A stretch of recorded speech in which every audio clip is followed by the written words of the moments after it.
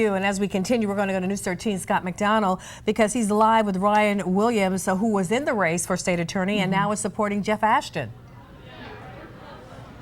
That's right, Ryan Williams here with me now. He's described as a rising star in the state attorney's office. Come on over, Ryan. You were working as a prosecutor. You were in this race. You withdrew. Now you're showing your support for Jeff Ashton. What is it about Ashton that you think will resonate with these voters today and possibly bring him a victory tonight? I think Jeff's experience in the courtroom and his desire to serve victims was the difference. I could have supported either candidate if I wanted to or no one at all, but Jeff has spent 30 years serving this community and doing so without reservation and with a great courage. And I think the way he campaigned showed the person he was. There were times where things got nasty and Jeff did his absolute best and in almost every instance held his head high and didn't get sucked in. There's one thing that I think a lot of folks are talking about, and that's the Casey Anthony trial. How much do you think that'll play with voters and whether or not they'll get past that when they cast those ballots and whether or not that's something that'll be in their minds when they make their vote?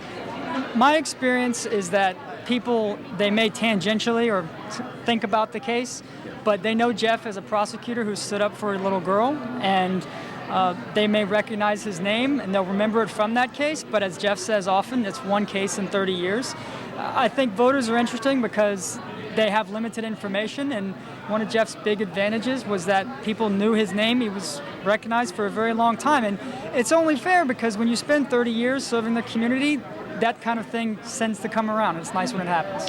What's your overall opinion on how this may play out? Do you have any sort of, I know we didn't want to get into fortune telling here and what you might think happened, but what have you heard from folks that you've been talking to? I was on the phone a lot in the last couple of weeks, and I think voters are ready for a change. I think 24 years of one person doing a job, if you're not exceptionally talented and hardworking, it can get stale, and I think they're ready. And while I think it's going to be close, I am confident Jeff will pull it out.